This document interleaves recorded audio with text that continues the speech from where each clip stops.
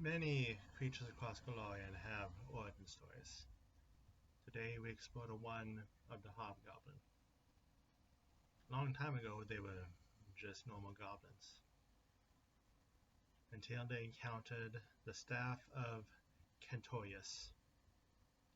Kentorius was a deity of healing, and the staff that she made was used to change, strengthen the body, make something better than it was before. However, at one time, a demon known as Kanzoyanth appeared and captured, tortured, and killed Kentorius. He then took the staff and used it as his own plaything.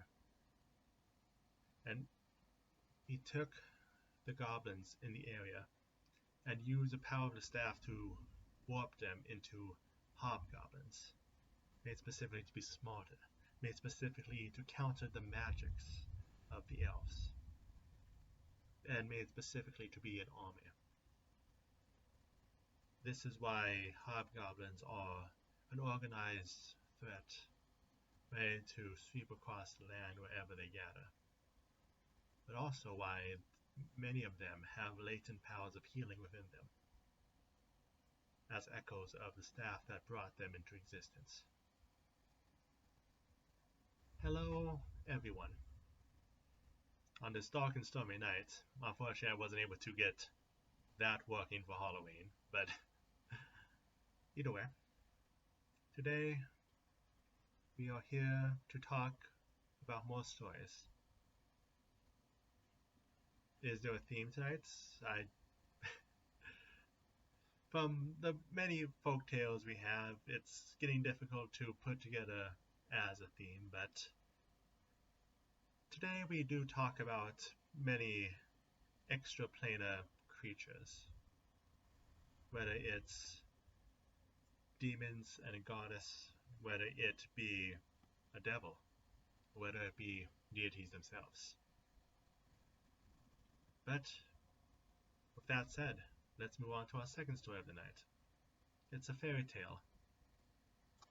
The story of the misused coin. This one comes to us from Chiliax. The tale tells of an old woman dying, with know that she's not going to last long. She gives her last 3 coins to her grandson and tells him to take it to a local church. But you see, the grandson is smarter. So, instead of taking it to the cathedral, first he used the first coin to buy the most lavish meal he had ever eaten. The next night, still with the coins, he took another friend out to the opera, having box seats, watching the entire show as if they were nobility. And then the third, this is where the trick came in. He went gambling. He took the 1 coin and hoped to make 3. And in this case, against all odds, he actually succeeded. He managed to make the coin back and more, and everything was looking up. But then a devil came, claimed his soul, and drug him down. That might have been why he was going to spend the coins at the church, but the story does not elaborate, though other versions of the tale might. And that brings us to our third tale of the night. This one, a fable that is found in Varisian territory. The story of the debate between Wasp and Butterfly.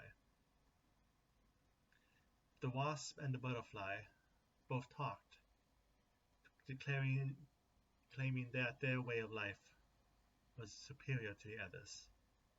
The Wasp talked about how it was perfectly built for revenge. It could inflict pain without dying and was a powerful creature.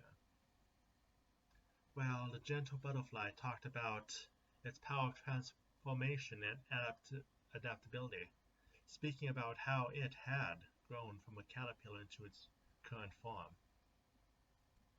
As they were debating, a storm suddenly came, and both took this opportunity to prove that they were superior. The wasp went to sting the sky for daring to send lightning and rain down on it, while the butterfly was carried by the wind, fluttering around any obstacle that came towards it. In the end, the wasp died, its strength not enough to match the storm, but the butterfly survived that day. Now, there are many versions of this tale, but some obviously draw parallels between Calistria and Desna, though what the faiths say about this tale, especially Calistria's, we cannot say. But that brings us to the end of today's stories. A nice selection, but this was also going to be the last time I do this year. I'm going to see about scheduling these in the future, though I would say that these don't get much views, but do any of my videos get much views? So, as long as I have tales to tell, I plan to continue this series, but either way, let's end this with, as usual, a superstition. This one, circling back to the beginning, about goblins. You see, goblins, in their beliefs, believe that rules do not apply to them if they refuse in a loud voice 3 times. As soon as they yell it 3 times, they will just continue to break the rule that doesn't apply to them. As you can tell, many polite societies don't like this superstition, but as goblins become more common across the inner sea region, have to see how every society deals with that. But either way, thank you everyone who came to watch me talk on these stories today. I hope you all have a good night.